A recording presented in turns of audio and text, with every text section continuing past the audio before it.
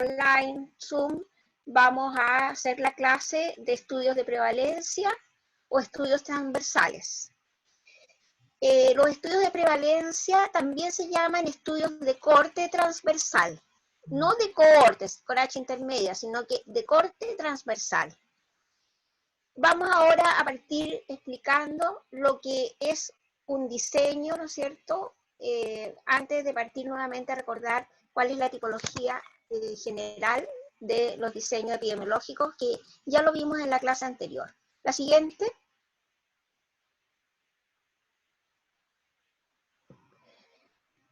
Vamos a definir qué entendemos por diseño de un estudio epidemiológico. Entendemos por diseño cualquier técnica, cualquier procedimiento, cualquier método a través del cual el investigador va a seleccionar cuál va a ser su población en estudio. Va a ser un país completo, va a ser una comuna, va a ser un grupo etario determinado.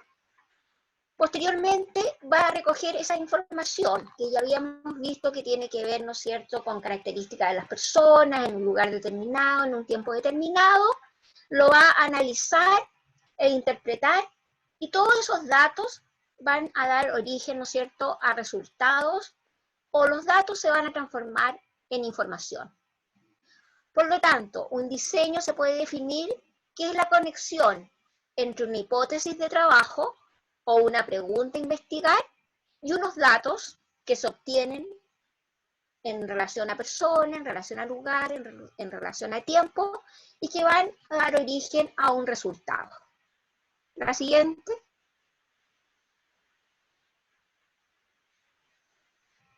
La siguiente. Vamos a recordar en la clase anterior en que habíamos clasificado los distintos tipos de diseños o estudios epidemiológicos. Así habíamos dicho, ¿no es cierto?, de que una forma de análisis era medir cuál era la frecuencia de la enfermedad, cuál es el impacto en términos numéricos de un determinado daño o enfermedad en la población. Queríamos ver cómo se distribuía la enfermedad y teníamos que tratar de responder a las preguntas que nos van a acompañar en todos los diseños descriptivos: quiénes se enferman, dónde se enferman y cuándo se enferman. Y esto da origen a los estudios descriptivos. Y habíamos dicho que también era interesante analizar, ¿no es cierto?, las determinantes de la enfermedad. O sea, en el fondo responder al por qué las personas se enferman, por qué esas personas, esos niños o adultos mayores, por qué se enferman. Y para eso teníamos que tener una hipótesis de trabajo o una pregunta a responder al final de la investigación. Y esto es lo que da origen a los estudios analíticos, que, como ustedes recuerdan, los habíamos dividido en estudios observacionales, en que solamente se describe la situación, siempre en base a una hipótesis de trabajo, porque son analíticos, y otros en los cuales eran de intervención de la variable independiente por parte del investigador. La siguiente.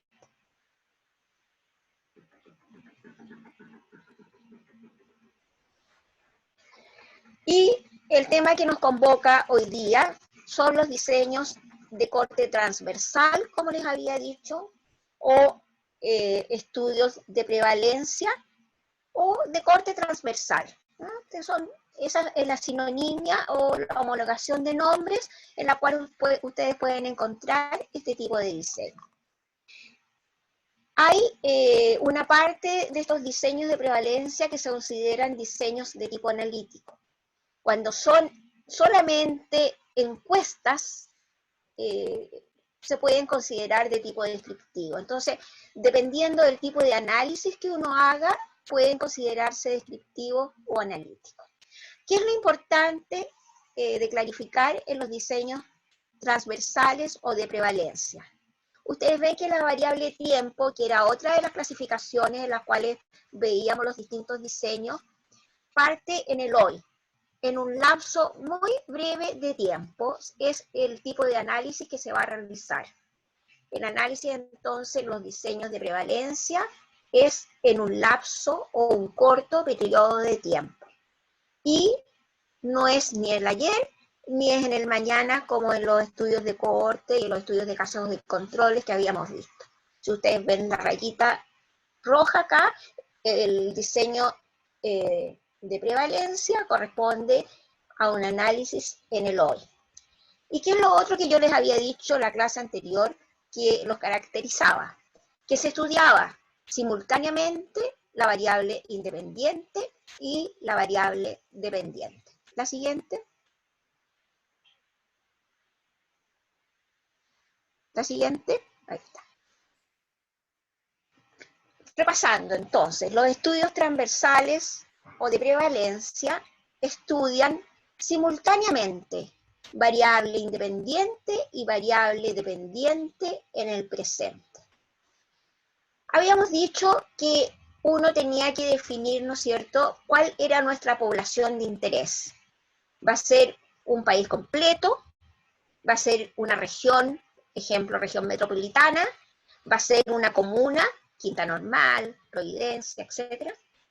Y de esa población de interés vamos a tener que definir una muestra. ¿Se recuerdan que yo les dije que era muy difícil por razones logísticas y también por razones de costo trabajar con las poblaciones completas? Y teníamos que trabajar con una muestra o una población en estudio, en este caso, que sea elegida aleatoriamente y que además sea representativa de la población de interés. ¿Por qué tiene que ser representativa de esa población de la cual se obtiene la muestra? Porque cuando tengamos los resultados, yo quiero extrapolar, ¿no es cierto?, mis resultados a la población de interés. Es decir, esto que yo obtuve en la investigación es válido para esta población con tales características. ¿Qué caracteriza, como les decía, los estudios transversales? Es que simultáneamente en el presente yo voy a estudiar variable independiente y variable dependiente. Si tenemos aquí el diagrama, ¿cuáles son las variables independientes? Si ustedes recuerdan, la variable independiente es el antecedente del paciente, el factor de riesgo del paciente, la causa de la enfermedad. Por lo tanto, aquí donde dice factor presente y factor ausente, que son las dos posibilidades de tener o de no tener la variable independiente presente. ¿Y cuál es la otra variable, que es la variable dependiente, daño o enfermedad? Obvio, lo que dice aquí, estar enfermo, tener el daño, tener la enfermedad, tener la variable dependiente presente o no estar enfermo. Por lo tanto, no tener la variable dependiente presente. Aquí ustedes ven, factor presente, factor ausente es la variable independiente con sus dos posibilidades.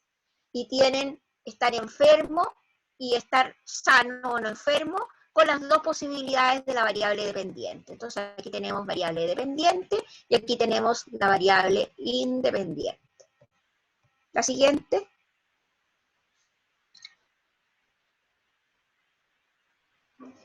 ¿Cuál es el objetivo de los diseños de prevalencia? El objetivo es describir las características de la aparición de un evento y o la exposición a un factor de riesgo en relación a estas tres variables que nos van a acompañar en todos los diseños, que son qué ocurre con las personas en un lugar determinado y en un tiempo determinado. Ese es el objetivo. Describir características. Se fijan que es un diseño, puede ser un diseño o descriptivo o analítico, según el tipo de análisis que yo realice, pero sí es observacional. Y como les había dicho, se caracteriza porque indaga simultáneamente. Grábense esta palabra, que aquí incluso está con rojo. Simultáneamente, la presencia de los factores y la ocurrencia del evento, que es la variable independiente, en una población en estudio, y simultáneamente se analiza también, ¿no es cierto?, si aparece o no aparece el evento. ¿Cuál es el evento? La enfermedad. ¿Cuál es la variable independiente? Presencia de algún factor, de un antecedente, de algún factor de riesgo. Variable independiente simultáneamente junto a la ocurrencia del evento. ¿Cuáles son las posibilidades de ocurrencia del evento de la variable dependiente? que esté enfermo o que esté sano. La siguiente. Y se mide una sola vez en cada sujeto de estudio. O sea, cada persona es un sujeto de observación y de medición. Es como una instantánea, es como una fotografía o una imagen en un punto específico del tiempo. ¿Y qué es lo que mide? Es la carga de morbilidad. Mide cuál es la magnitud del problema de salud pública en la comunidad. Por ejemplo, cuál es la carga de morbilidad, cuál es la prevalencia de la hipertensión en nuestra población chilena. ¿Es un 5%? ¿Es un 10%? ¿Es un 35%? Está clarito que existen estudios de carga de morbilidad y dependiendo, ¿no es cierto?, de la edad de la persona, la prevalencia de hipertensión es un 35 o más por ciento, dependiendo de la edad de la persona. Otro ejemplo es conocer, para ustedes como futuros médicos, conocer la prevalencia de la diabetes en Chile. Diabetes mellitus tipo 2 es una prevalencia de un 5%, de un 10%, de un 15%, es una prevalencia que va en aumento, que va disminuyendo. ¿Para qué es importante conocer la prevalencia o la magnitud o la carga de morbilidad que tiene una patología en la población? Para tomar justamente las medidas preventivas de control y de curación y de rehabilitación que sean necesarias. O sea, sirven para la toma de decisiones, en el fondo, para ver cuántos insumos necesito, cuántos laboratorios disponibles, cuántas camas hospitalarias, lo que ustedes ven que está ocurriendo, ¿no es cierto?, como ejemplo en la pandemia. Si yo sé que el 5% de las personas infectadas por coronavirus va a necesitar en un momento de un respirador por sus complicaciones, o va a necesitar en un 15% de camas críticas, quiere decir que yo necesito planificar y disponer del personal de salud capacitado, de las camas disponibles, etcétera, etcétera. Por eso que es importante este diseño de prevalencia, porque nos permite conocer la magnitud, cuántos se enferman en un momento determinado, cuándo, quiénes y dónde se enferman en un momento determinado, para tomar las mejores medidas de acuerdo a esa evidencia desde el punto de vista de política pública. Otra característica que tienen los estudios de prevalencia es que, como les decía, es difícil trabajar con la población completa, por razones logísticas, ¿no es cierto?, de número de personas involucradas, de lugares, ¿no es cierto?, y también de dinero. Por lo tanto, hay que seleccionar una muestra que sea representativa de la población total, y en esa muestra representativa y aleatoria, voy a medir la exposición y la enfermedad en ese grupo humano. ¿Qué estoy midiendo con exposición? Variable independiente. ¿Y qué estoy midiendo con la enfermedad? Variable dependiente y simultáneamente. El tiempo, como les decía, es en el hoy. Por lo tanto, es un lapso de tiempo relativamente corto, 24 horas, 48 horas, etc. La siguiente.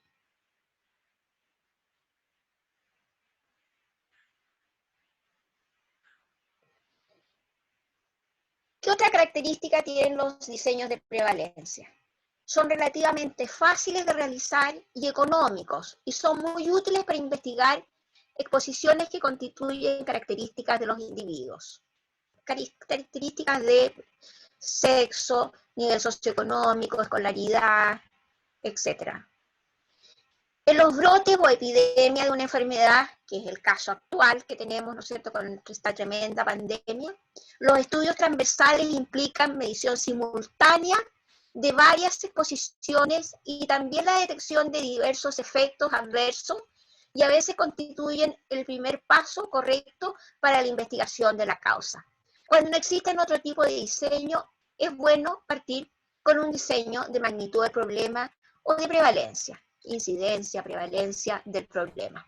¿Qué quiero decir con que se mide, ¿no es cierto? Puedo medir varias exposiciones y puedo medir, ¿no es cierto?, varias causas o antecedentes o factores de riesgo, y puedo medir también no solamente un daño, sino que puedo medir varios daños. Pero ¿qué caracteriza, eso sí, a este diseño? Es que solamente la medición se hace en un momento de tiempo y en una persona. No son varias mediciones. Yo le puedo aplicar una encuesta al paciente y preguntarle varios antecedentes y varios factores de riesgo. Y puedo también medir, ¿no es cierto?, a través de un examen de laboratorio o de varios exámenes de laboratorio, varios daños o enfermedades simultáneamente. Pero sí la medición se hace por una vez, ¿no es cierto?, en un solo sujeto. La siguiente.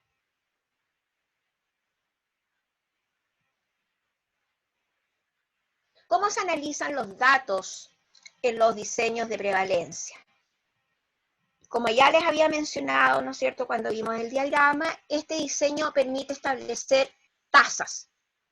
Ustedes por clases anteriores, ¿saben lo que significa, qué es lo que es una tasa? Si no lo saben, repásenlo. Y si no, les voy a definir en este momento lo que es una tasa.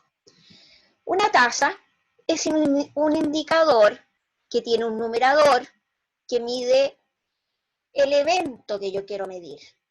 ¿Qué evento puedo medir en salud pública? Puedo medir nacimientos, puedo medir defunciones, puedo ver morbilidades, enfermedades en general. Y tengo que tener también un denominador. En el denominador, yo le dije que la epidemiología en un momento es el arte de construir buenos denominadores para poder comparar las cifras que estoy obteniendo o estos indicadores.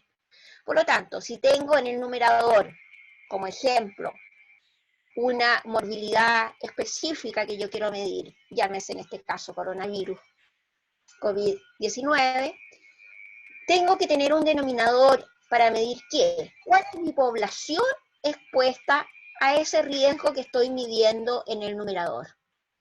Por ejemplo, en el caso que les acabo de mencionar, ¿cuál es la población expuesta al riesgo de tener coronavirus en Chile? Como ustedes pueden haber deducido, todos tenemos. Los 17 millones de habitantes tenemos la posibilidad de hacer un coronavirus en un momento determinado.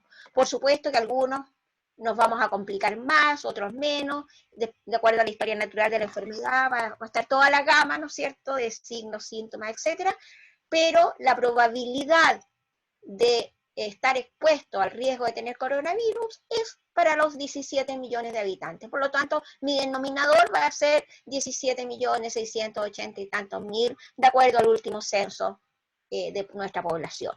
¿Y qué es lo que voy a tener en el numerador? Si quiero medir, ¿no es cierto?, la prevalencia de la enfermedad, bueno, voy a tener que colocar el número de casos, ¿no es cierto?, de coronavirus diagnosticados.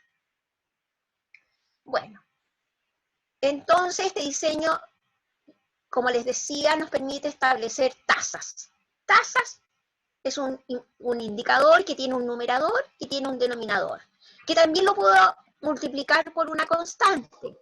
Esa constante siempre va a ser un múltiplo de 10.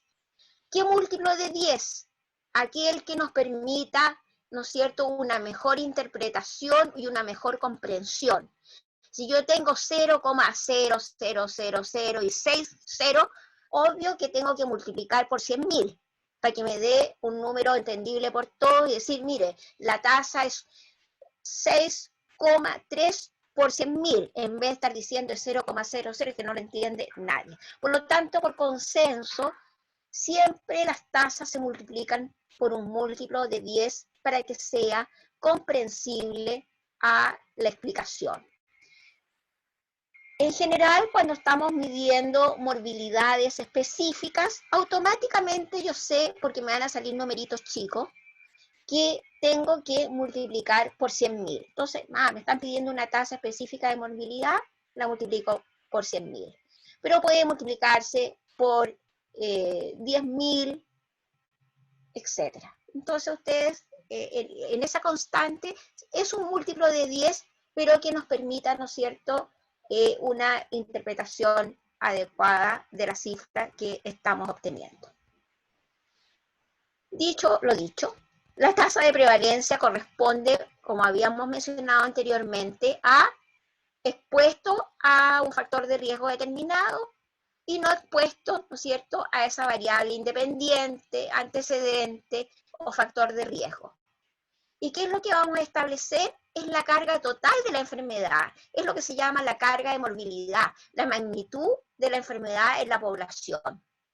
¿Qué vamos a considerar en los estudios de prevalencia? Vamos a considerar los casos nuevos, los que se están produciendo en las últimas 24 horas, y también los casos acumulados o los casos antiguos. Entonces ustedes ven que la información que se entrega diariamente se dan la prevalencia total, el número de personas infectadas, ¿no es cierto?, hasta este momento, que son más de 20.000, versus, ¿no es cierto?, los casos nuevos que van apareciendo en las últimas 24 horas, que son 1.400, 1.500 en los últimos días. Por lo tanto, permite, ¿no es cierto?, conocer la carga total de la enfermedad en la población, considerando los casos antiguos y los casos nuevos de la patología en estudio.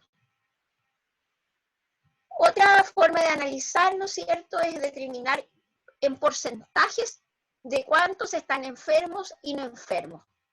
Y en todos los diseños que nos van a acompañar en este primer semestre en epidemiología, vamos a analizar esta información que yo les estoy mencionando, variable independiente, variable dependiente, en una tabla que se llama tabla tetracórica. ¿Por qué tetracórica? Porque tiene al menos 4 espacios. O también se llama tabla cuadricelular.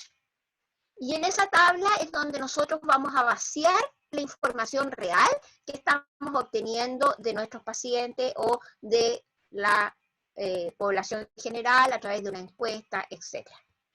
Por lo tanto, en la tabla vamos a tener proporciones de expuestos en enfermos, que miren lo que está diciendo acá, y ahora vamos a ver en la tablita, que es A partido por N sub 1, que es el análisis, ¿no es cierto?, en vertical o en columna, y tenemos la proporción de expuestos, ¿no es cierto?, expuestos en los no enfermos, que es B partido por N sub 2. Recuérdense estos dos numeritos, A partido por N sub 1 y B partido por N sub 2. La siguiente. Esta es la famosa tablita cuadricelular o tabla tetracórica, en la cual yo les voy a mostrar cómo se disponen los datos obtenidos de la realidad en un estudio de prevalencia. ¿Qué es lo que tenemos acá? Tenemos filas y tenemos columnas.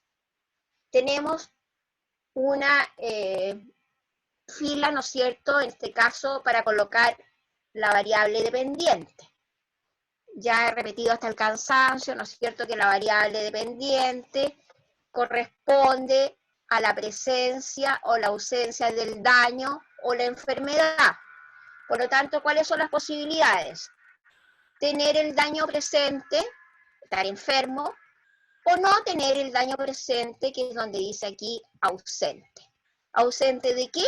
De la variable dependiente, daño o enfermedad que yo quiera medir. Y acá tenemos también, ¿no es cierto?, en nuestras columnas y filas, disponible para nuestra variable independiente. ¿Qué es lo que habíamos dicho que era la variable independiente?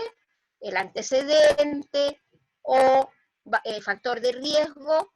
¿Y cuáles son las posibilidades? Que yo tenga presente el factor de riesgo o la variable independiente. ¿Y cuál es la otra posibilidad?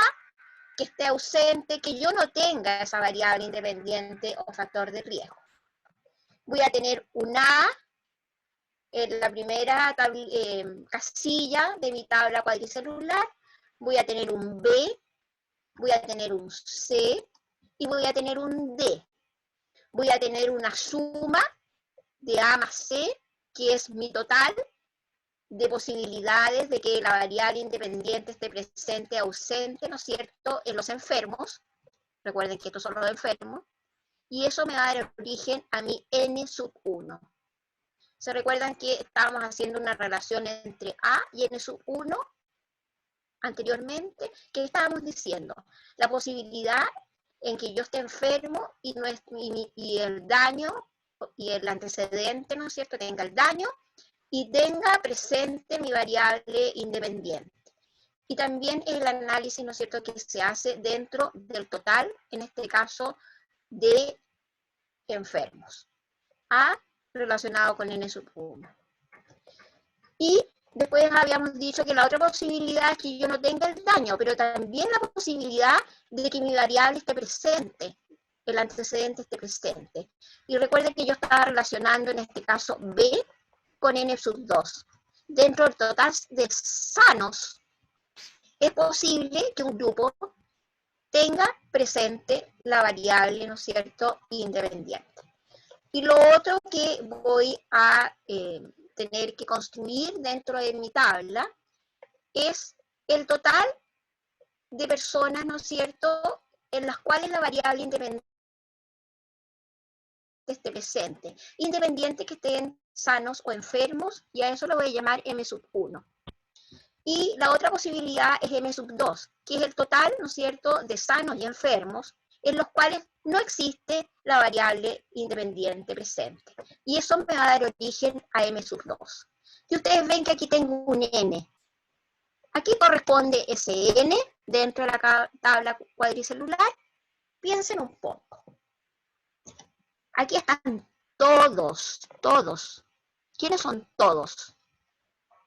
Enfermos con variable independiente presente, enfermos con variable independiente ausente, sanos con variable independiente presente y sanos con variable independiente presente.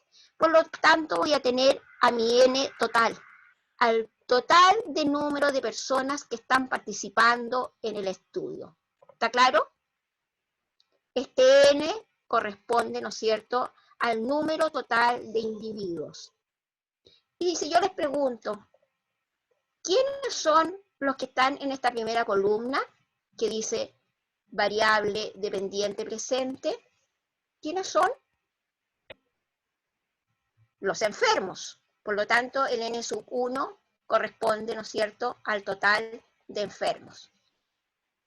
¿Y quiénes son N sub 2? El total de personas sanas. Esto más esto, por supuesto, que me va a dar el N total. Lo mismo que A más B más C más D me va a dar mi N total. Yo les dije que esta es la forma en que se disponen los datos en una tabla cuadricelular para los diseños de prevalencia y se pueden calcular tasas, que es el indicador en el cual yo tengo un numerador y tengo un denominador. ¿Cómo se construye en este caso la tasa? Acá la tasa puede ser A, ¿qué son los A? Enfermos con la variable independiente presente, partido por M sub 1. ¿Quiénes son los M sub 1? El total de sanos y enfermos en lo cual la variable independiente está presente. ¿Y qué puedo calcular también? En este caso, C. ¿Quién es el numerador C? Es aquellos que están enfermos, pero que no tienen la variable independiente, y lo voy a relacionar ¿con qué? Con un denominador total, ¿no es cierto?, en la cual independiente de que sea sano o enfermo, no tengan la variable independiente presente. Entonces ustedes ven, hay que recordar todos estos numeritos, estas letras, porque dependiendo de ellos el tipo de análisis que yo puedo calcular. La siguiente.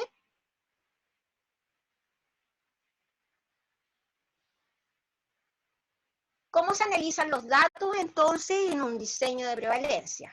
Habíamos dicho que se pueden establecer tasas en diversos subgrupos, que incluye.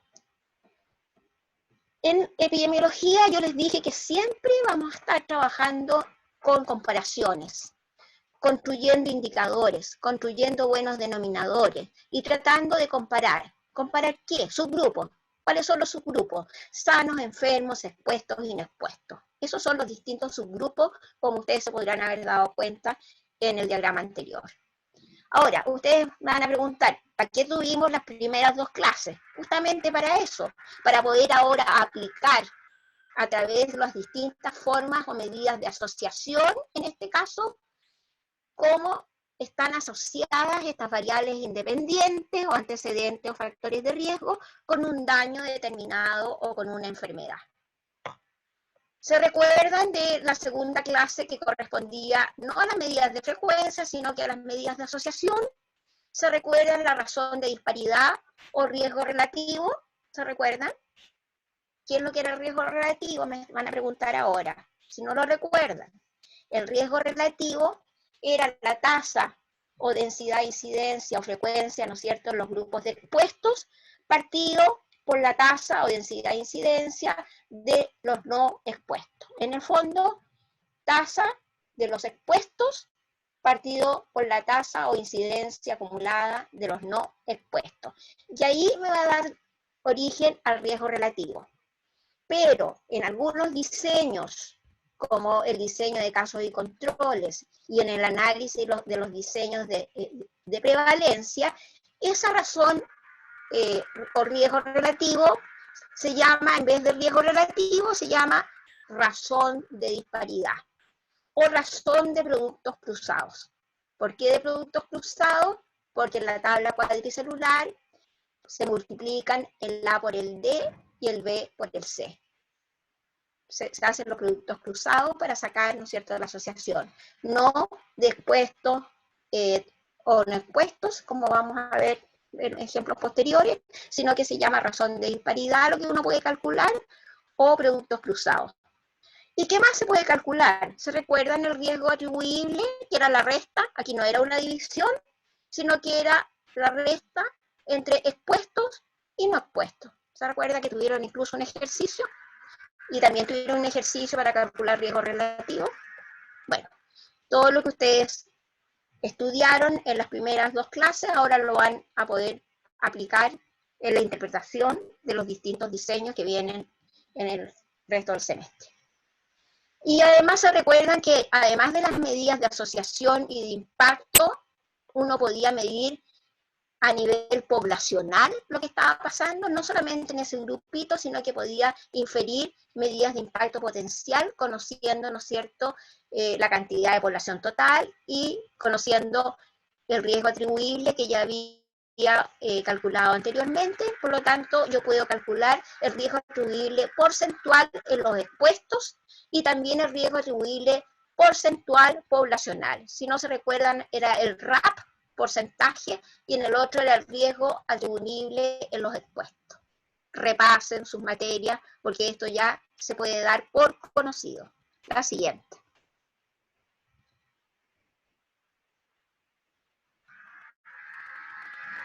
Ejemplos de estudios de prevalencia.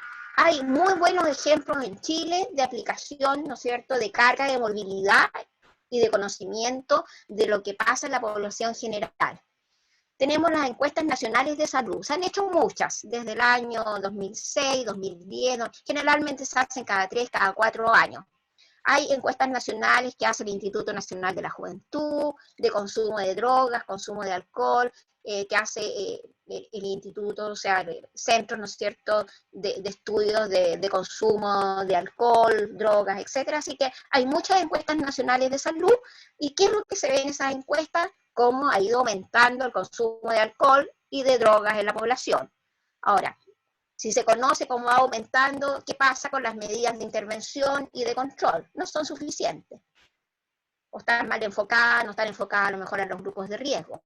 O las medidas preventivas no se hacen oportunamente desde la escolaridad más precoz para evitar el consumo de alcohol y de drogas en la población. Otro ejemplo de estudios de prevalencia a nivel nacional son muy buenos estudios que hace el Ministerio de Salud a través de la Encuesta Nacional de Salud, que es lo que se llama ENS. La última encuesta se hace el 2007. Se han hecho 3 encuestas en este momento, 2010, 2013, y la última encuesta se hizo el año 2017, se hizo durante todo el 2017, y recién los datos se expusieron en abril o mayo del año pasado. Por lo tanto, se hacen normalmente cada 3, cada 5 años, y los resultados recién se informan al año siguiente. Por lo tanto, la última encuesta nacional de salud que tenemos se hizo en el año 2017, fue informada el año 2018. Por lo tanto, los últimos valores que tenemos son de esa encuesta nacional de salud. Yo los invito a que se metan al minsal.cl y se metan a la información por regiones, por comuna, tipo de preguntas que se hicieron para esta encuesta de morbilidad, porque para ustedes como futuros médicos es importante que conozcan cuál es la prevalencia de las distintas patologías que tenemos los chilenos a nivel nacional. Por lo tanto, invitación a que se informen de la encuesta nacional de salud del año 2017. Yo les voy a mostrar algunos datos que considero relevantes para esta clase. La siguiente.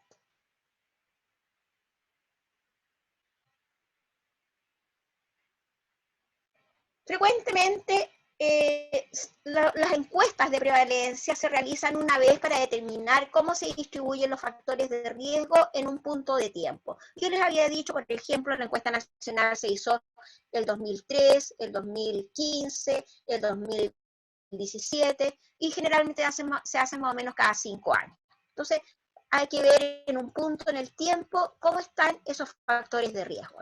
La siguiente.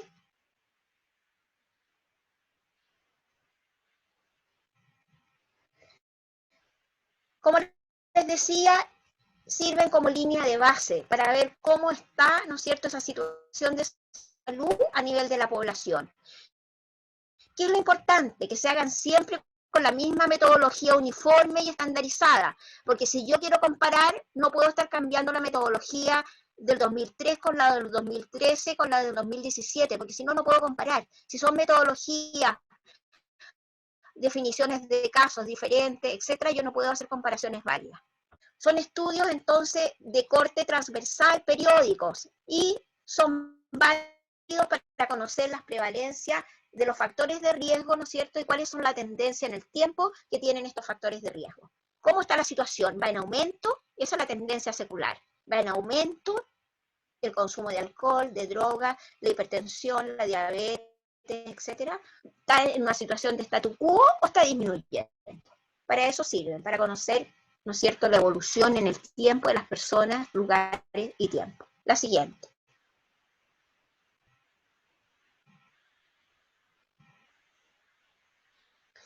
Ejemplo, aquí ya les estoy mostrando datos actualizados de la última encuesta nacional de salud del Ministerio de Salud. Miren la cifra, ¿impresiona o no? En Chile mueren 2 personas por consumo de tabaco por hora. En 24 horas en Chile mueren 45 personas por patologías asociadas al factor de riesgo o al antecedente o a la variable independiente de consumo de tabaco. ¿Cuál es la prevalencia a nivel nacional? 41%. Vean ustedes aquí los datos importantes que significa hacer un estudio de prevalencia a nivel nacional.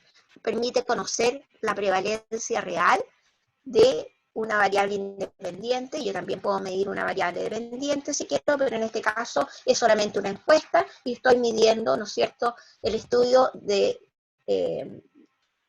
carga de enfermedad con respecto al consumo de tabaco.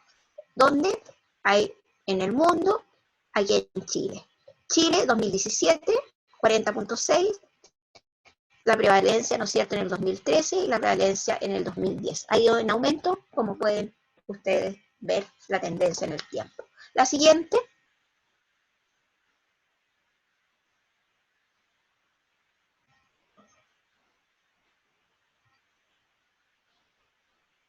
La siguiente.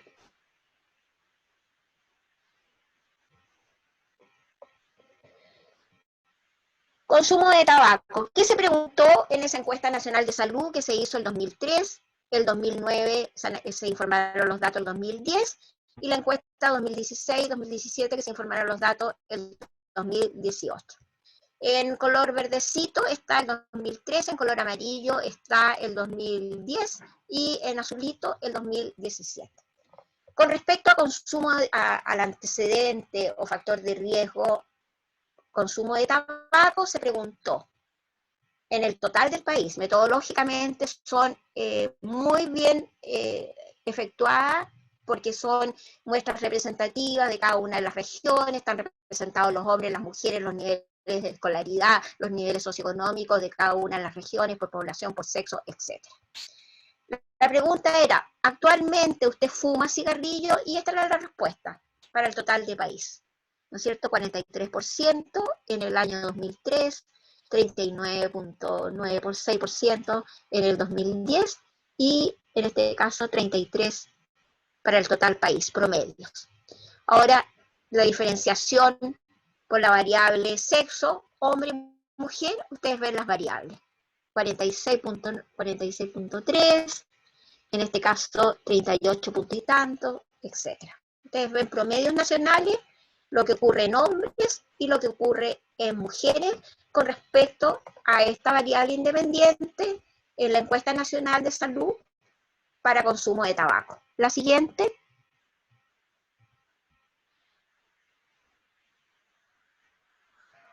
Otro datito de esta encuesta nacional para que ustedes sepan. En Chile mueren 2 personas obesas por hora.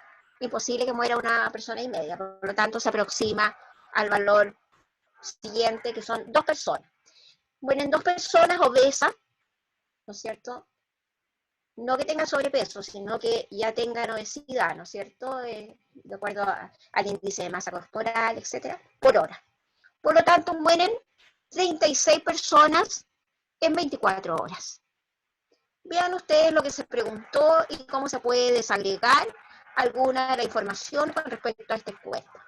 Aquí ven la distribución en la población chilena de las personas que tienen alimentación saludable, que solamente un 5.3% de la población tiene alimentación saludable. Hay un 87% de la población en Chile que requiere cambios en el tipo de alimentación porque su alimentación no es saludable, y tenemos un 8% de la población en Chile que consume alimentos no saludables o poco saludables. Ustedes ven que es importante desagregar esta información en la encuesta poblacional nacional de salud con respecto a esta variable independiente que relaciona, ¿no es cierto?, ciertos hábitos de consumo alimentario.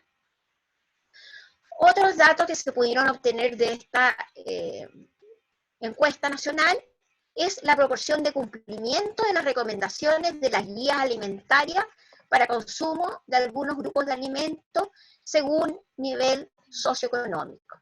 Aquí es importante, ¿no es cierto?, las variables persona, lugar y tiempo. Y en las personas, ¿qué es lo que podemos desagregar? En este caso, además de tiempo y variable persona, se desagregó, ¿no es cierto?, en la variable persona a nivel socioeconómico.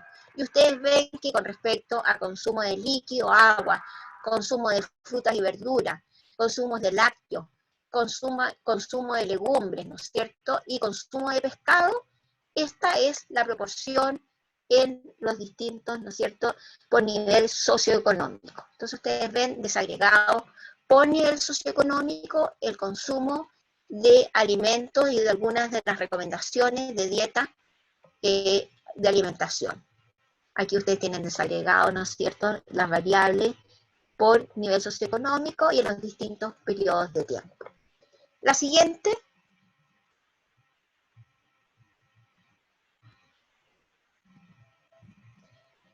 Otra variable independiente que se puede preguntar, ¿no es cierto?, o obtener en las encuestas nacionales o en los estudios de prevalencia nacionales es sobre sedentarismo. Se preguntó en esta encuesta nacional si en el último mes usted hacía o no alguna actividad inferior a 3 veces por semana. Para el total país y según sexo, ustedes ven en la primera encuesta del 2003, que es la que habíamos visto que estaba con verde, la del 2010 que estaba con amarillo y la azulita, que era la última encuesta con azul. ¿Cuál es el promedio nacional de sedentarismo? 87% de sedentarismo, personas que no hacen actividad física o aquellas que hacen menos de 3 actividades físicas en la semana. O sea, somos una población mayoritariamente llena de factores de riesgo, sedentarismo, consumo de tabaco, obesidad, sobrepeso, etc. Por eso que tenemos tantas enfermedades crónicas no transmisibles, ¿no es cierto? Y por eso que nuestras tres primeras causas de muerte en Chile son por accidentes cardiovasculares, segundo, cánceres, cuyos factores de riesgo está clarito cuáles son nuestros factores de riesgo, y accidentes de violencia como tercera causa de muerte. Ustedes ven cuál es la tendencia, ¿no es cierto?, en los 3 años con respecto a sedentarismo, bastante estacionario, bastante estable en estas tres comparaciones. La siguiente.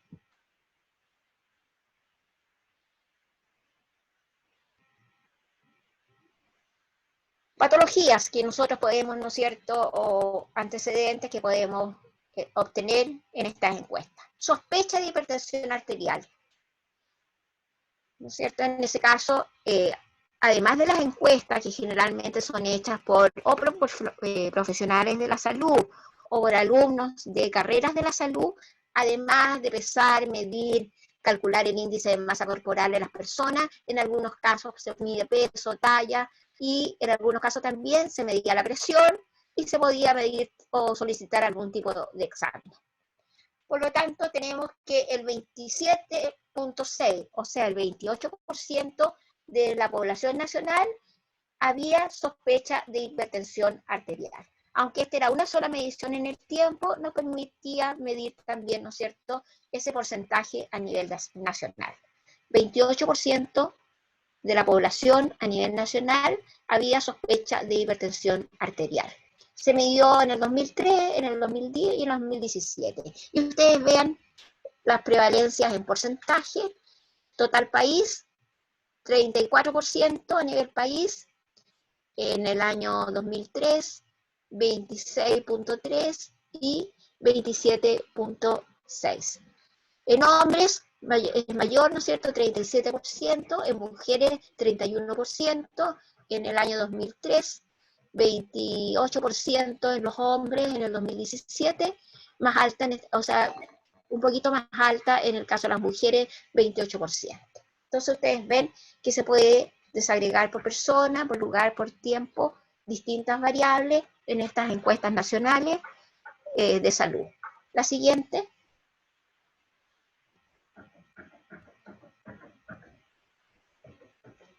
Sospecha de diabetes mellitus tipo 2.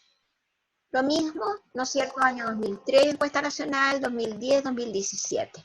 Vean ustedes cómo la tendencia secular es aquí, al aumento. Vean ustedes la prevalencia total país en el 2003, ¿no es cierto?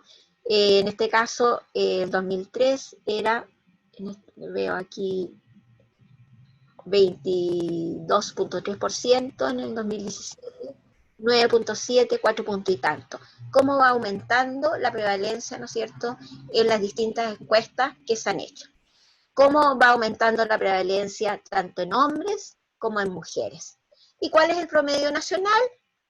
A pesar de que los promedios no son buenos, porque no muestran, ¿no es cierto?, las diferencias que se pueden estar produciendo, variables, personas, lugar, tiempo, pero es importante compararnos con qué, con nuestros promedios nacionales. Si yo estoy en la primera región, en la segunda región, en la octava región, ¿con qué me voy a comparar? Con mis promedios nacionales. ¿Para qué? Para mejorar, tratar de mejorar, ¿no es cierto?, los valores obtenidos. En este caso, el promedio nacional de sospecha de diabetes mellitus era 12.3% a nivel nacional. La siguiente.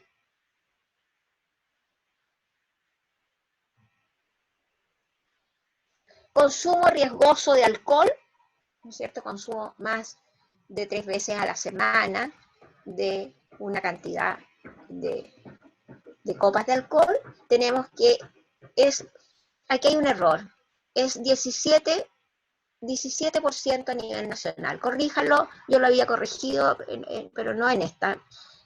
Aquí corríjalo porque al transcribir se corrió la coma. Es 17.1 a nivel nacional. Así que la corrección no es 1.7, ojalá fuera 1.7, es 17.1. Así que corrijan ese pequeño error que hay ahí en la diapositiva. La siguiente.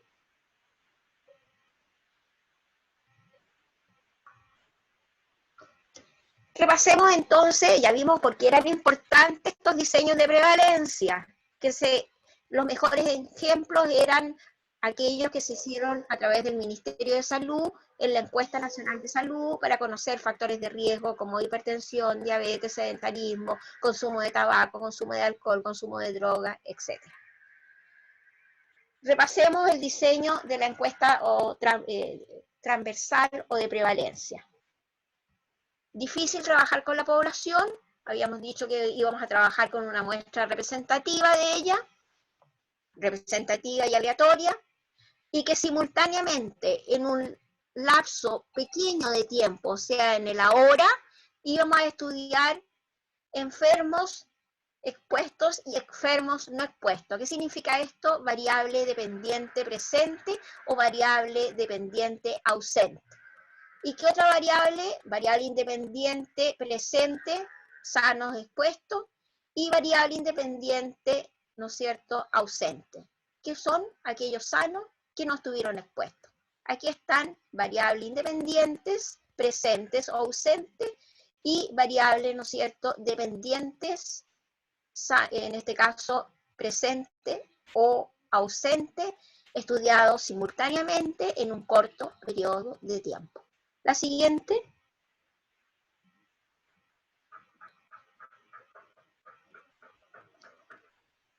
¿Qué hay que tener presente? Que los muestreos sean de base poblacional, población general, puede ser a nivel país, pueden ser comunas, pueden ser regiones. ¿Y para qué sirven estas encuestas? Para orientar las acciones hacia la comunidad, para tomar las medidas preventivas más adecuadas, ¿no es cierto?, y curativas y de rehabilitación más adecuadas, que se traducen, ¿no es cierto?, en políticas públicas. Por eso que generalmente se hacen a nivel de ministerio, en este caso la encuesta nacional de salud, se hizo, ¿no es cierto?, en el Ministerio de Salud. La siguiente.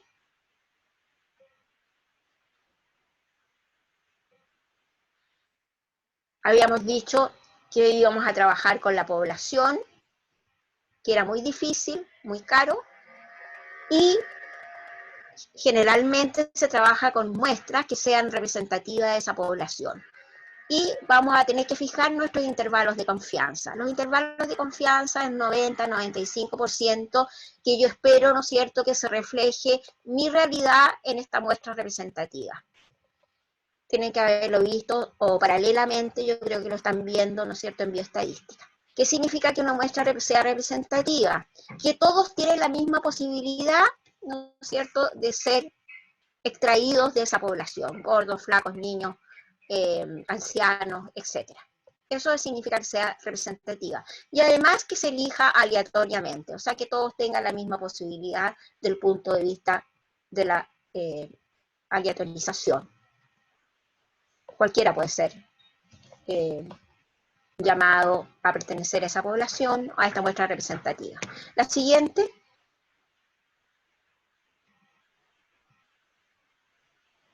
Puntos a considerar en el diseño de un estudio de prevalencia. ¿Cuáles son los puntos importantes cuando se planifica un diseño de este tipo? Es tener muy claro cuál es mi población de referencia. Voy a trabajar con mi población, con la región metropolitana completa, con la segunda región completa, con la octava región completa, voy a trabajar solamente con una comuna, voy a trabajar solamente con una población adscrita a un consultorio, etc. Definir cuál es mi población a estudiar. Lo segundo es determinar si el estudio lo voy a realizar sobre el total de una población o en una muestra. Y determinar el tamaño a mostrar y cuál es la forma de seleccionar esa población. Aleatoria, que sea representativa, y cómo la voy a seleccionar. Por números aleatorios, ¿cómo? Una sistematización. Hay que definir, ¿no es cierto?, la forma de seleccionar ese tamaño muestral.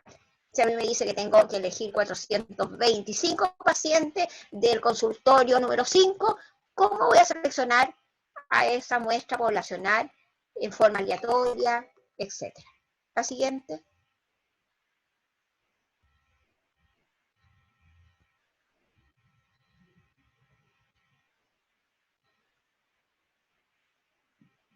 Hay que elaborar y validar los instrumentos o técnicas mediante los cuales se va a determinar la presencia o ausencia de la variable independiente y la variable dependiente.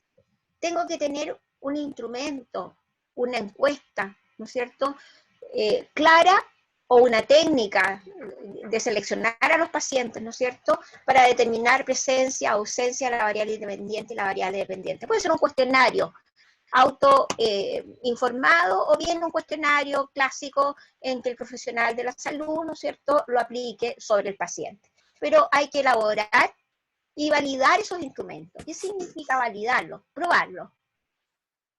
Probarlo en un grupo poblacional, primero validarlo frente a expertos, personas que saben del manejo, elaboración de encuestas, ¿no es cierto?, sociedades científicas, bueno, lo que corresponda.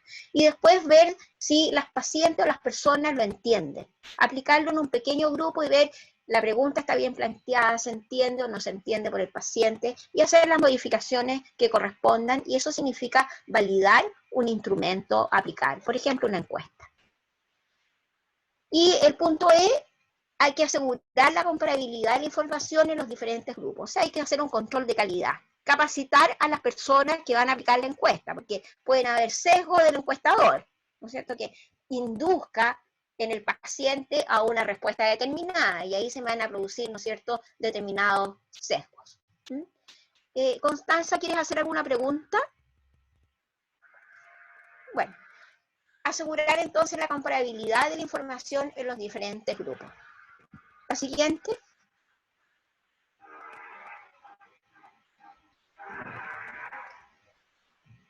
También hay que determinar qué tipo de análisis epidemiológico y estadístico de los datos. ¿Qué significa esto? ¿Qué tipo de indicadores voy a calcular?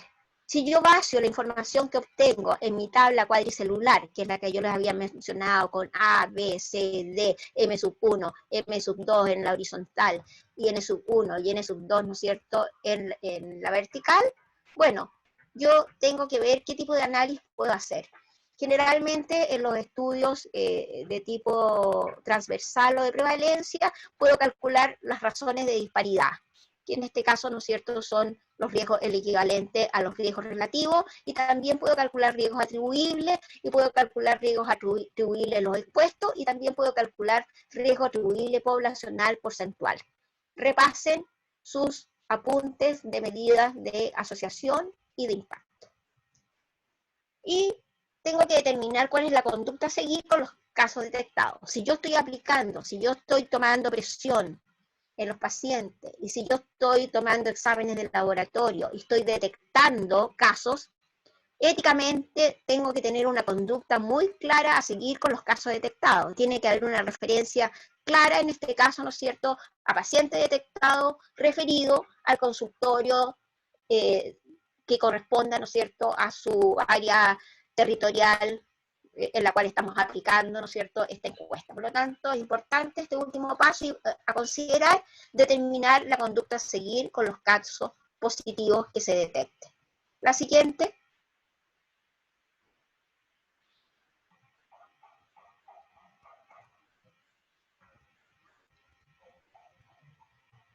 ¿Cuáles son las fuentes de información en la cual yo puedo obtener válidamente, ¿no es cierto?, información para los diseños, ¿no es cierto?, de tipo analítico? Registros hospitalarios, fichas clínicas. Recuerden que las fichas clínicas no están hechas para la investigación, por lo tanto es difícil obtener información para investigaciones de las fichas clínicas, porque están hechos con otros objetivos clínicos. Registros especiales. ¿Cuáles son estos registros especiales? Por ejemplo, registros poblacionales de cáncer que hay en algunas de las regiones en el país, protocolos de autopsia, exámenes de laboratorio, y podemos también ir a fuentes oficiales como son las estadísticas del Ministerio de Salud, del Instituto Nacional de Estadística, de los servicios de salud, de los laboratorios, etc. Entonces, hay que también considerar como posibles fuentes de información para estudios de prevalencia, registros, ¿no es cierto?, y fuentes oficiales de información. La siguiente.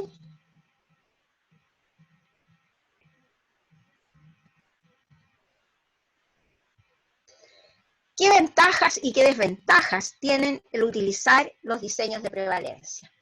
Son muy eficientes y muy buenos para estudiar la prevalencia de enfermedades en la población. ¿Cuál es la magnitud de un determinado problema de salud en la población general, ¿no es cierto?, y cuál es la tasa de morbilidad en una población? Son muy buenos y eficientes para ello. También para medir simultáneamente la exposición a un factor de riesgo y la presencia de la enfermedad, que era lo que caracterizaba los diseños de prevalencia. Y también habíamos dicho que se pueden estudiar múltiples enfermedades. Yo no solamente puedo preguntar por hipertensión, puedo preguntar por diabetes, puedo preguntar, ¿no es cierto?, por algún problema de tipo obstétrico, ginecológico, etc. Y puedo preguntar no solamente por un factor de riesgo, sino que puedo preguntar consumo de tabaco, consumo de alcohol, sedentarismo, etcétera, tabaquismo, etcétera.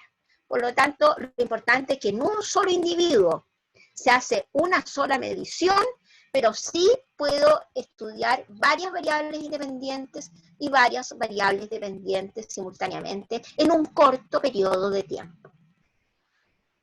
Son baratos, son eficientes, como yo les decía, y son de bajo costo. Y se pueden realizar, además, en corto tiempo. Entonces tienen varias ventajas. Y pueden ser una etapa inicial para un estudio posterior, ¿no es cierto?, de mayor análisis metodológico, como son los estudios, por ejemplo, de seguimiento o de cohorte. Yo puedo seguir a este grupo, ¿no es cierto?, de diabéticos, de hipertensos, a través del tiempo para ver, ¿no es cierto?, si se produce o no algún determinado daño específico. La siguiente.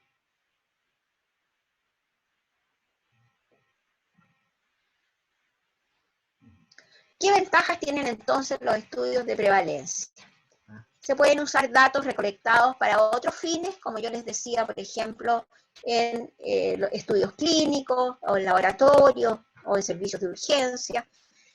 Y yo lo puedo utilizar, esos datos que ya se recolectaron, con otros fines, con fines pues, generalmente clínicos, para estudios, ¿no es cierto?, posteriores de prevalencia. Considerando que los datos probablemente no estén completos, como en una encuesta que esté planificada especialmente para ello. Ayudan a planificar y evaluar los servicios de atención médica. Obvio, si yo tengo, ¿no es cierto?, la magnitud, la cuantía de una determinada patología, sé cuántas horas médicas tengo que contratar para tratar a los pacientes hipertensos, diabéticos, ¿no es cierto?, o con un cáncer en especial, cuántas camas de UCI, de urgencia necesito, etc. Cuánto personal auxiliar, cuánto personal de enfermería necesito para planificar la atención de esos pacientes. Habíamos dicho que eran fáciles de realizar y revelan características de prevalencia y tendencia a lo largo del tiempo. La mejor ejemplo son la Encuesta Nacional de Salud 2003, 2010, 2017, y yo voy viendo cuál es la tendencia secular o en el tiempo de las distintas patologías, ¿no es cierto?, que se estudiaron. Y ayuda a conocer mejor y a complementar la historia natural de las enfermedades. La siguiente. En el caso de la pandemia que tenemos en este momento, era una enfermedad nueva, no se conocía hasta hace 3 meses atrás, por lo menos ¿no es cierto?, el COVID-19. Habían otros coronavirus que provocaban el SARS, el MED, otro tipo de patología, pero específicamente el COVID-19 no. Partió justamente en diciembre del año 2019 y recién estamos conociendo la historia natural, que se están incorporando nuevos signos, nuevos síntomas, mejores formas de diagnosticar a través de exámenes de laboratorio, conocer la inmunidad en el tiempo, etc. ¿Qué desventajas tienen los estudios de prevalencia? Es que no se puede determinar el tiempo entre la exposición y la enfermedad. Claro, si yo estoy haciendo una encuesta, no puedo determinar específicamente, ¿no es cierto?, cuánto tiempo real tiene ese tipo de consumo de alimento como factor de riesgo, porque el sesgo de memoria de la persona encuestada falla, etc. No puedo determinar exactamente el periodo de tiempo entre la exposición a la variable independiente y cuándo se produjo la enfermedad, cuándo le diagnosticaron la hipertensión, cuándo le diagnosticaron la enfermedad, etc. Ese lapso tan perfecto de tiempo no se puede determinar como en otro tipo de diseño, por ejemplo, los estudios de cohorte. No miden casos nuevos, estoy midiendo todos los casos detectados, una mezcla de incidentes y de prevalentes, porque a lo mejor la hipertensión la adquirió hace 8 años atrás, o la hipertensión puede haber sido diagnosticada recién hace un mes atrás. Entonces, yo no estoy midiendo si son casos muy nuevos o casos antiguos. Puede haber sesgo también en la selección de casos prevalentes, que estén muy sobre representados, a lo mejor en el momento en que estoy realizando la encuesta. Y por lo tanto la relación causa y efecto no siempre es verificable por este desfase en el tiempo que yo no puedo medir exactamente, como en otros estudios que vamos a ver en el transcurso del semestre. La siguiente.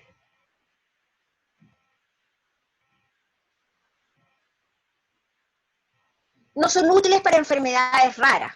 Claro, si yo estoy haciendo una encuesta, ¿no es cierto?, en una muestra representativa y esta enfermedad es de 0,001% en la población, o sea, existen 2 casos en Chile, difícil que en mi muestra, aunque sea representativa, esos 2 casos estén representados, ¿no es cierto?, por esta enfermedad rara en esta encuesta nacional que yo estoy aplicando. Por lo tanto, no son útiles para enfermedades de baja frecuencia. Les digo al tiro, ¿qué diseños son útiles para enfermedades de baja frecuencia? Algo que vimos en la tipología cuando clasificamos. Los estudios de casos y controles. ¿Por qué? Porque ya tengo el caso. Si son 2 casos que hay en Chile y justamente yo estoy en el servicio, qué sé yo, de medicina interna o de oncología, que tiene ese caso, inmediatamente, ¿no es cierto?, puedo pensar, voy a hacer un diseño de casos y controles, porque de los pocos casitos que existen en Chile, ya tengo justamente representado a uno de los casos, por lo tanto, le sumo o le pareo, ¿no es cierto?, un control adecuado y ya voy a tener un diseño de casos y controles. Pero lo importante para ustedes es que sepan que este tipo de diseño no es útil para enfermedades poco frecuentes. Lo otro, que no sirven para probar hipótesis causales. No son como los diseños de casos y controles o de cohorte, en que yo sí puedo ver una fuerza de asociación directa y tampoco evalúan riesgos directamente.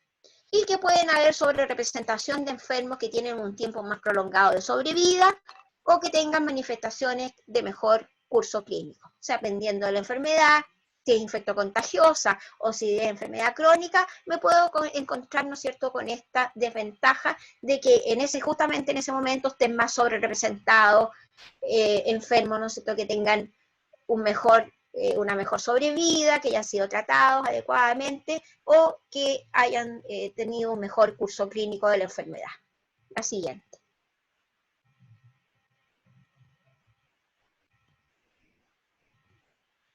Nuevamente volvemos a la arquitectura de los diseños transversales. Habíamos dicho exposición presente, exposición ausente, factor de riesgo, variable independiente, daño presente, ¿no es cierto?, enfermo, sano, daño ausente. A, B, C, D y mi N total. Mi N total, ¿no es cierto?, en este caso de que esté la exposición ausente, ya sea sano y enfermo, o con la exposición presente, ya sea sano o enfermo. Aquí no hay esta relación temporal, ¿no es cierto? Por eso que no se puede hacer esta relación de causalidad tan fuerte como en otro tipo de diseño. La siguiente.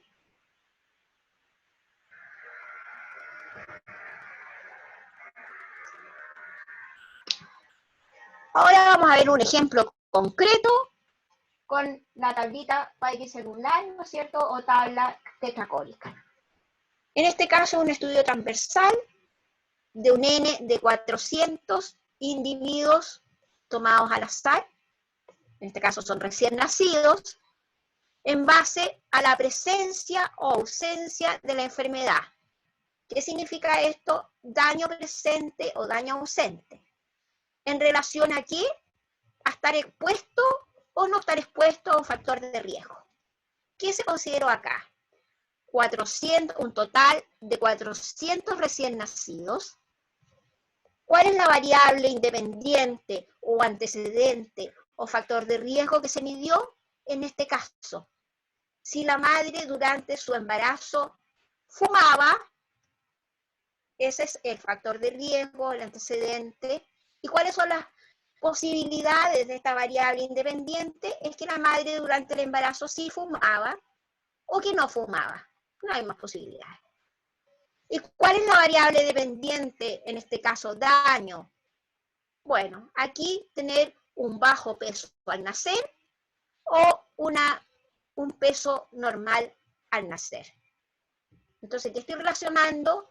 Una variable independiente o antecedente materno, en este caso, que es el hábito de fumar, que yo como hipótesis de trabajo, ¿no es cierto?, sé que produce un bajo peso en los recién nacidos al nacer, por lo tanto, quiero medir eso, realmente. ¿Hay efecto, hay un riesgo mayor, hay una fuerza de asociación entre el hábito de fumar y tener el riesgo de tener un recién nacido de bajo peso? Y no solamente poquitos gramos, sino que 100 o 200 gramos menos de peso al nacer, lo cual me da ¿no es cierto?, una variable de riesgo mayor entre tener 2,5 kilos, tener 2,3 kilos o tener más. Puedo ser prematuro, el límite, ¿no es cierto?, de 200 gramos, o tener un peso normal. Por lo tanto, es importante en este caso medir cuán fuertemente asociado está el riesgo o hábito, en este caso materno, versus una consecuencia, un daño, en este caso un bajo peso al nacer. De estas 400 recién nacidos, hubo 46 recién nacidos que tuvieron bajo peso al nacer. Y hubo 354 recién nacidos que tuvieron un peso normal al nacer. Esto, si ustedes lo recuerdan, es A, B, C, D, este es M sub 1, M sub 2, este es N sub 1, este es N sub 2 y este es el N grande. ¿Se recuerdan? Bueno. Dentro de esos 46 recién nacidos que tuvieron bajo peso al nacer, hubo 20 recién nacidos, ¿no es cierto?, en los cuales la madre sí fumaba. Y hubo 26 recién nacidos en los cuales la madre no fumaba. Y dentro de los 354 recién nacidos que tuvieron peso normal, hubo 294 recién nacidos en los cuales la madre no fumaba. No estaba presente la variable independiente. Y hubo 60 recién nacidos que tuvieron un peso normal, pero en los cuales la madre sí fumaba. O sea, la variable independiente estaba presente. Variable independiente presente sí, variable independiente presente no, variable dependiente presente sí, variable, ¿no es cierto?, independiente presente no. Ahí están los 400. ¿Y qué es lo que podemos calcular aquí? La fuerza de asociación o el riesgo, ¿no es cierto?, cuán fuertemente está asociada la variable independiente, hábito de fumar en la madre, versus tener un recién nacido de bajo peso. Yo les dije que en los diseños transversales se podía calcular el equivalente al riesgo relativo, que era la razón de disparidad, que se llamaba también producto cruzado. ¿Por qué es cruzado? Porque en el numerador voy a multiplicar 20 por 294 y en el denominador voy a multiplicar 60 por 26 y ahí ese cociente me va a dar la razón de disparidad. La siguiente.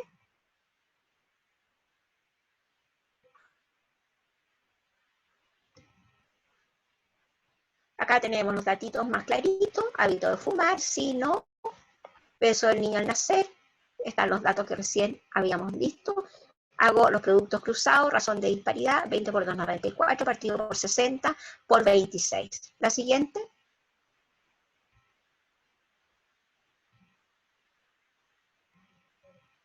Si yo hago ese ejercicio, me va a salir 3, y tanto. ¿Qué significa ese 3%, ese 3 como número que me salió? Significa que existe 3 veces más riesgo de tener un recién nacido de bajo peso al nacer en aquellas mujeres que fuman versus tener, ¿no es cierto?, un recién nacido de bajo peso en aquellas mujeres que no fuman. Por lo tanto, estoy midiendo el riesgo relativo, que en este caso se llama razón de disparidad, o la fuerza de asociación, cuántas veces mayor está entre aquellos que tienen el factor de riesgo y entre aquellos que no tienen el factor de riesgo. Para eso sirven los estudios, ¿no es cierto?, de prevalencia analíticos, observacionales, como en este caso, para medir la fuerza de asociación. Además, puedo calcular el riesgo atribuible en los expuestos, el riesgo atribuible poblacional porcentual, etcétera, etcétera. Resumen. ¿Para qué sirven los diseños? Para medir actualmente, en un poco periodo de tiempo, en una comunidad general o en muestras que sean representativas, el problema que yo quiero medir. Puedo establecer la causa y efecto de la exposición, ¿no es cierto?, del problema en un corto periodo de tiempo, pero tiene la dificultad que hay ciertas ventajas. Yo lo puedo efectuar rápidamente en un corto periodo de tiempo, son baratos, no necesito tantas personas, se basan en poblaciones numerosas para estimar la magnitud del problema. Pero tienen algunas dificultades, que como ya me les había mencionado, es difícil establecer la relación causa y efecto, porque a veces no guardan relación con la enfermedad actual. Puede, ¿no es cierto?, que en este momento tenga también otros factores de riesgo presentes y no solamente sea aquel que yo estoy estudiando como causante de la enfermedad. Por lo tanto, pueden haber ciertos factores que me confundan. Pero sí, yo puedo controlar esos factores de confusión a través de los diseños, a través de ciertos análisis estadísticos, que son información que se les va a entregar, ¿no es cierto?, una clase completa, cómo controlar los factores de confusión en los distintos tipos de diseño. Pero ahora lo importante es que sepan que este tipo de diseño tiene estas características, cómo se hace la arquitectura, cómo se analiza la información y cuáles son las ventajas y las desventajas que tienen los diseños de corte, y les mostré muy buenos ejemplos de encuestas nacionales de salud que se han hecho en Chile. La siguiente.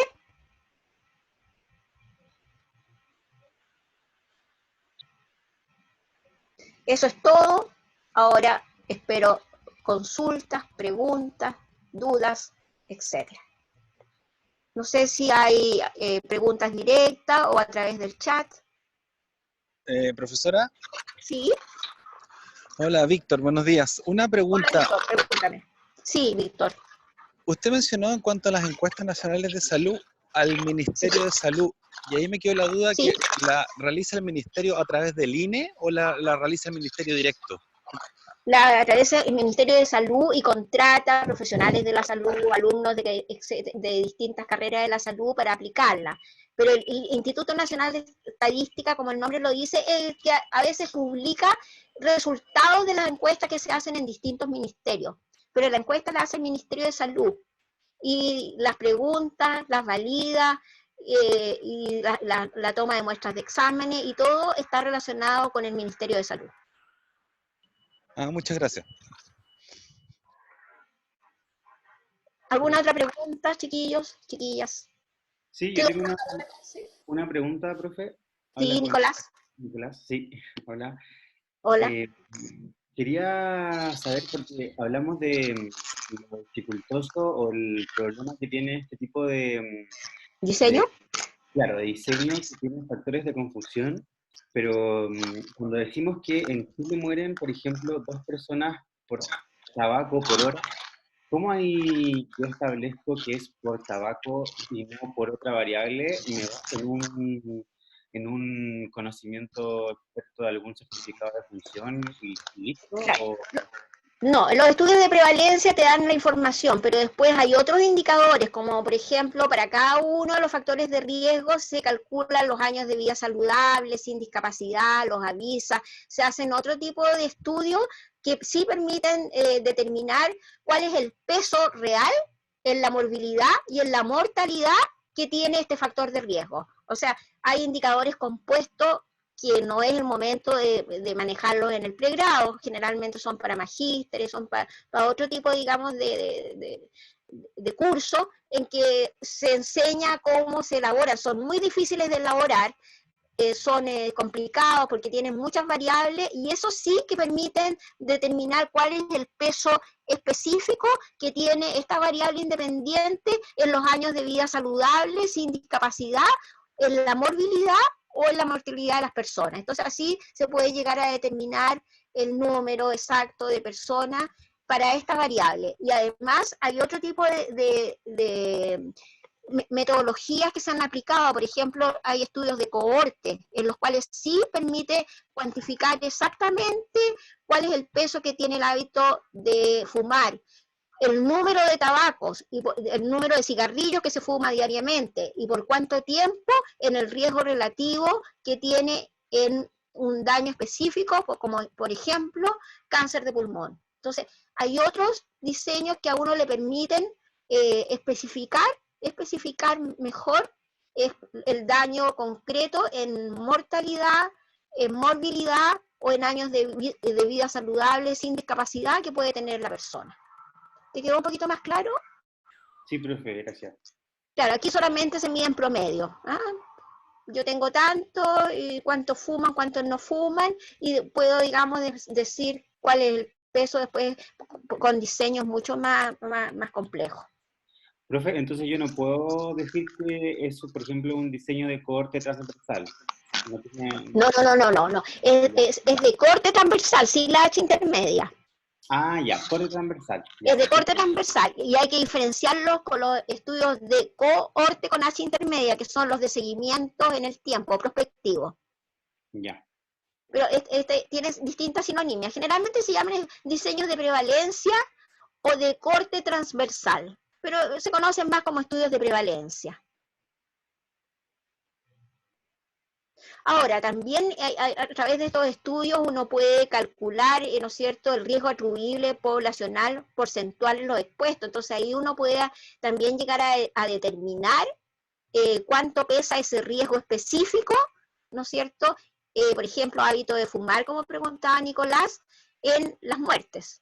O sea, uno puede llegar a ver cuánto pesa si yo elimino, por ejemplo, ese factor de riesgo, hábito de fumar a nivel poblacional, puedo disminuir en un 40, en un 50% el riesgo de morir por cáncer de pulmón. Entonces ahí también puedo llegar a determinar el peso que tiene un determinado factor, ¿no es cierto?, en la morbilidad o en la mortalidad de las personas.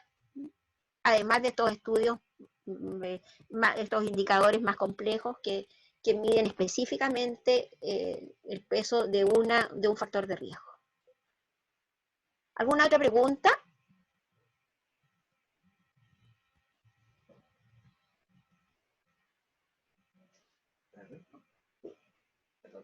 No. Está bien. ¿Alguna otra pregunta, Nicolás? Sí, tenía una pregunta, pero tenía que ver con el taller anterior. No sé si... Ay, dime, pregúntame, sí, no hay problema. Sí, que no me quedó muy claro el tema de cómo calcular los riesgos relativos y atribuibles en el trabajo. ¿Tú me mandaste el trabajo? Sí. ¿Yo te lo contesté? Sí, pero tampoco lo entiendo mucho. Porque hice algo ¿Cuál? distinto. Específicamente, que si quieres me lo mandas a preguntar en forma especial, pero de todas maneras es cosa de aplicar las fórmulas. La fórmula de riesgo relativo, tasa o incidencia acumulada de los expuestos, y ahí uno tiene que ver a quiénes considera como expuestos. En este caso puede ser por nivel de escolaridad, los que tienen más escolaridad, ¿no es cierto?, no son expuestos, y los que tienen menos escolaridad son los expuestos. Por ejemplo, a veces uno tiene que definir quién considera expuesto y quién no considera no expuesto, y ahí tiene que hacer el cociente, tasa o incidencia acumulada que están ahí entregados, dividido por la tasa o incidencia acumulada de los no expuestos. ¿Cómo se calcula el riesgo atribuible? La resta. Yo resto la tasa o incidencia. ¿Cómo calculo el riesgo atribuible de los expuestos? Aplico la fórmula, pero en el denominador están los expuestos. ¿Cómo calculo el riesgo atribuible poblacional porcentual? En vez de solamente los expuestos, en el denominador está la población total.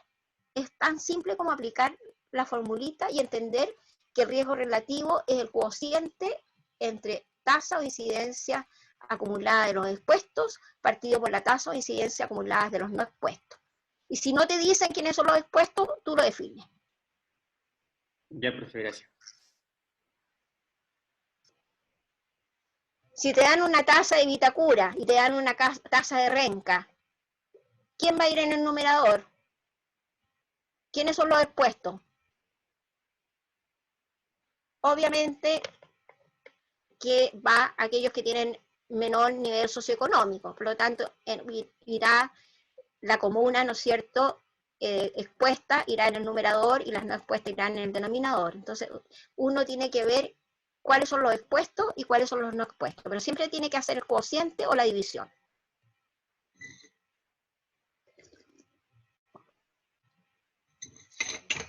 ¿Alguna otra pregunta?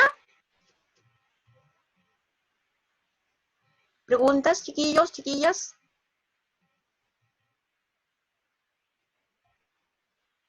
¿No hay más?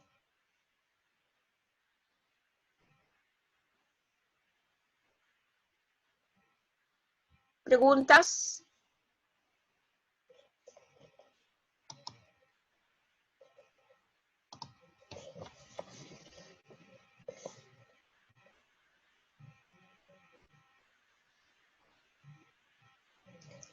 ¿Martín? ¿Sí? ¿No hay más preguntas? ¿Sí? ¿No hay más preguntas? No, supongo que no. Si no responden. Parece que no. Bueno, ahora tienen que desarrollar en el Moodle, tienen la clase, tienen el taller, así que accedan al Moodle, bajan el taller, lo desarrollan y antes del próximo miércoles. Y yo les Claro. mando en forma individual, ¿no es cierto?, las correcciones. Y nada más. Con esto yo creo que terminamos la clase y Sí. nos juntamos el próximo miércoles, ya con la clase de casos y controles. Perfecto, profesora. Ya, muchas gracias, Martín, y ya nos retiramos. Gracias Y estamos por en contacto nosotros, estamos en contacto nosotros para Chao, profesora, próxima. gracias. el link. Gracias. Perfecto. Chao, Chao, adiós a profe. todos. Nos vemos. Nos vemos.